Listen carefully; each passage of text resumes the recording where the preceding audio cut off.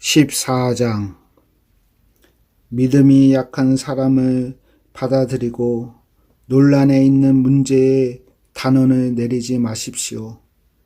자기가 가지고 있는 믿음에 따라 모든 음식을 먹는 사람이 있지만 믿음이 약하면 채소만 먹는 사람도 있습니다. 모든 음식을 먹는 사람은 채소만 먹는 사람을 없이 여기지 마십시오. 또 채소만 먹는 사람은 모든 음식을 먹는 사람을 비난하지 마십시오. 이는 하나님께서 그를 받으셨기 때문입니다. 여러분이 누구이기에 남의 종을 판단하십니까? 그가 서 있든지 넘어지든지 그것은 자기 주인이 관여할 문제입니다. 종이 서 있게 된다면 그것은 주님께서 그를 서게 할 수 있기 때문입니다. 어떤 날을 다른 날보다 더 중요하다고 생각하는 사람이 있는가 하면 모든 날이 다 같다고 여기는 사람도 있습니다. 이럴 경우 사람마다 자기 마음의 확신이 있어야 합니다.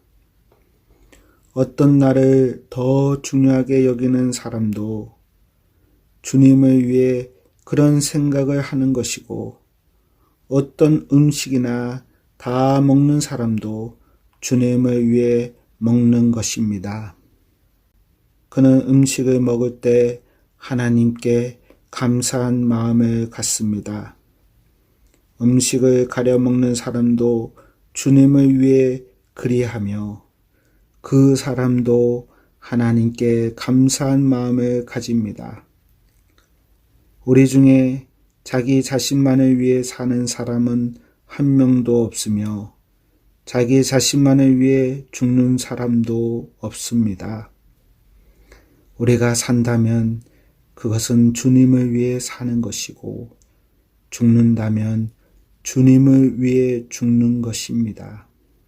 그러므로 살든지 죽든지 우리는 주님의 것입니다. 그리스도께서는 죽은 사람만 아니라 살아있는 사람의 주님이 되기 위해서 죽으셨다가 다시 살아나셨습니다.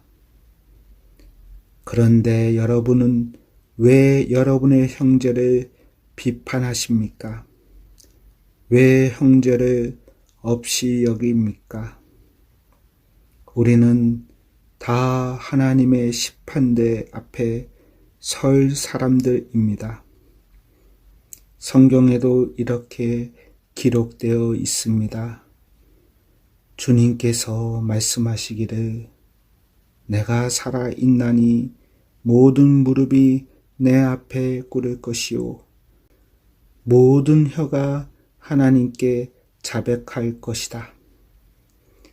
그러므로 우리는 각자 자신이 한 일에 대해 하나님께 사실대로 말씀드리게 될 것입니다. 그런즉 다른 사람에 대해 심판하지 맙시다.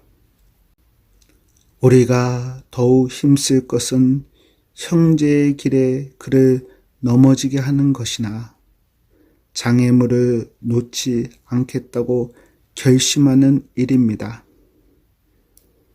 내가 주 예수님 안에 있는 사람으로서 확신하기로는 그 자체로 부정한 음식은 하나도 없습니다. 어떤 음식이 부정하다고 믿는 사람이 있다면 그 사람에게는 그 음식이 부정한 것입니다. 음식 문제로 여러분의 형제가 상처를 받았다면 여러분은 사랑으로 행동한 것이 아닙니다. 그리스도께서 대신해서 죽으신 그 형제를 음식 문제로 망하게 하지 마십시오. 그러므로 여러분이 옳다고 생각해서 하는 것이 오히려 비난의 대상이 되지 않게 하십시오. 하나님의 나라는 먹는 일이나 마시는 일이 아니라 성령 안에서 누리는 의와 평강과 기쁨입니다. 이런 마음으로 그리스도를 섬기는 사람은 하나님을 기쁘시게 하고 사람들에게도 인정을 받습니다. 그러므로 우리 모두 화평함을 이루는 일과 서로 덕을 세우는 일에 힘씁시다. 음식 문제로 하나님의 일을 무너뜨리지 않도록 합시다. 음식은 다 깨끗한 것이지만 어떤 음식을 먹는 것이 다른 사람을 넘어지게 한다면 그것을 먹는 것은 그 사람에게 좋지 못한 것입니다.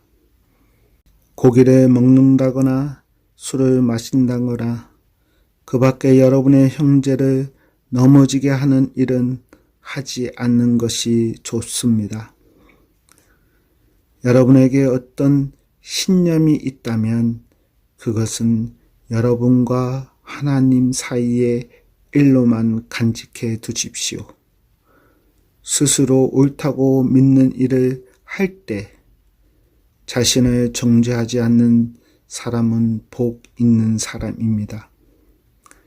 그러나 의심을 하면서 먹는 사람은 정죄를 받을 것입니다. 그것은 믿음에서 나온 것이 아니기 때문입니다. 믿음에서 나오지 않는 것은 다 죄입니다. 아멘.